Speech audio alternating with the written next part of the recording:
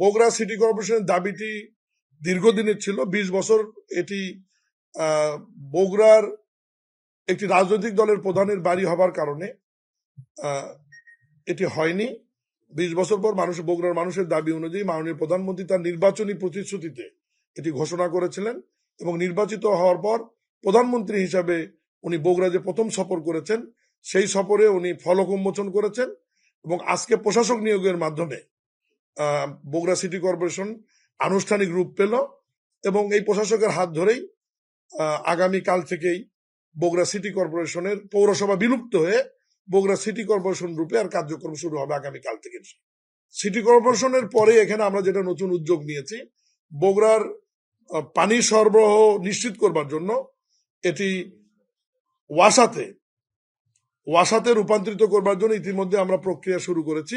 Bogura city corporation এলাকা একটা ওয়াসা হবে এবং রাজুকের আদলে, চট্টগ্রাম উন্নয়ন কর্তৃপক্ষের আদলে বগুড়াও একটি আমরা বগুড়া উন্নয়ন কর্তৃপক্ষের প্রস্তাবনা ডিও লেটার বা মাননীয় প্রধানমন্ত্রীর অভিপ্রায় অনুযায়ী আমরা জানিয়েছি বগুড়া সিটি কর্পোরেশন এলাকাকে আমরা বগুড়া উন্নয়ন কর্তৃপক্ষের আওতায় নিয়ে আসছি, যেটা সংক্ষেপে নাম হবে বগুড়া উন্নয়ন কর্তৃপক্ষ।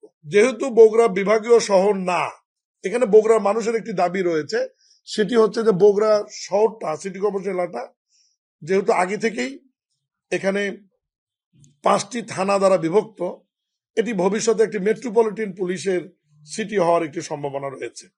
ইতিমধ্যেই নতুন সিটি কর্পোরেশনের সাথে সাথেই আমরা কাজ শুরু করবার জন্য এই অর্থ বছরের শেষ সময়েও আমরা যাতে সিটি কর্পোরেশন তার কাজের গতি বাড়ায় দিতে পারে, নাগরিক সেবা নিশ্চিত করতে পারে, এই জন্য আমরা প্রায় 30 থেকে 35 কোটি টাকা এই অর্থ বছরে আমরা বরাদ্দ কাল পরশুর মধ্যেই বগুড়া সিটি কর্পোরেশনে আমরা দিয়ে দেবো ইনশাআল্লাহ।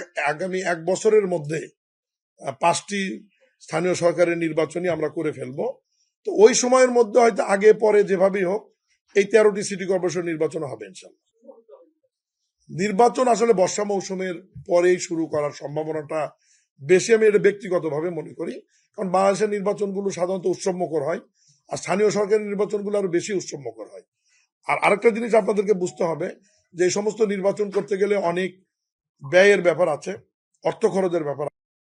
আগামী বাজেটে যেটি, ওই বাজেটে তো এই 5টি নির্বাচনের জন্য আমাদের টাকা রাখতে হবে। বাজেট ইতিমধ্যেই নির্বাচন কমিশনকে আমরা চিঠি দিয়েছি যে এই সমস্ত নির্বাচনে তাদের ব্যয় কত হবে, তারা সেই অনুযায়ী নির্বাচন কমিশনের যে বাজেটের ফরম্যাট, সেই ফরম্যাটে তারা এই 5টি স্থানীয় সরকারের নির্বাচনের জন্য তারা বাজেট প্রস্তাব করবেন এবং বাজেট অনুমোদন হলে আগামী সেপ্টেম্বর অক্টোবর থেকে আমার ধারণা, যেহেতু আমাদের মন্ত্রী মহোদয় এবং মাননীয় প্রধানমন্ত্রীর ইচ্ছা অনুযায়ী উনি যেহেতু বলেছেন যে 1 বছরের মধ্যে নির্বাচনগুলো শুরু হবে, তো বর্ষা মৌসুমের পরে শুষ্ক মৌসুমে পর্যায়ক্রমে ধাপে ধাপে 1 বছরের মধ্যে আমরা 5টি নির্বাচন শেষ করব। ইউনিয়ন পরিষদের টাকা তো সবচেয়ে বেশি লাগবে, কারণ এটা হচ্ছে লার্জ স্কেলের নির্বাচন, সবচেয়ে বড় নির্বাচন, এখানে ব্যয়টা অনেক বেশি হবে স্বাভাবিক কারণে। আমার ধারণা 500-600 কোটি টাকা লাগবে। তো বাজেট যেখানে বেশি লাগবে সেখানে অর্থ সংশ্লিষ্টতা কতটুকু আছে বছরের শুরুর দিকে এটা বিবেচনা করে আসলে নির্বাচন কমিশন এবং স্থানীয় সরকার মন্ত্রণালয় আমরা যৌথভাবে অর্থ বিভাগের সাথে বসে টাকার সংশ্লিষ্টতা বিবেচনা করে, এবং নির্বাচন কমিশনের তো একটা প্রস্তুতির ব্যাপার আছে যে তারা কোন নির্বাচনটি দিয়ে আগে করতে পারবে।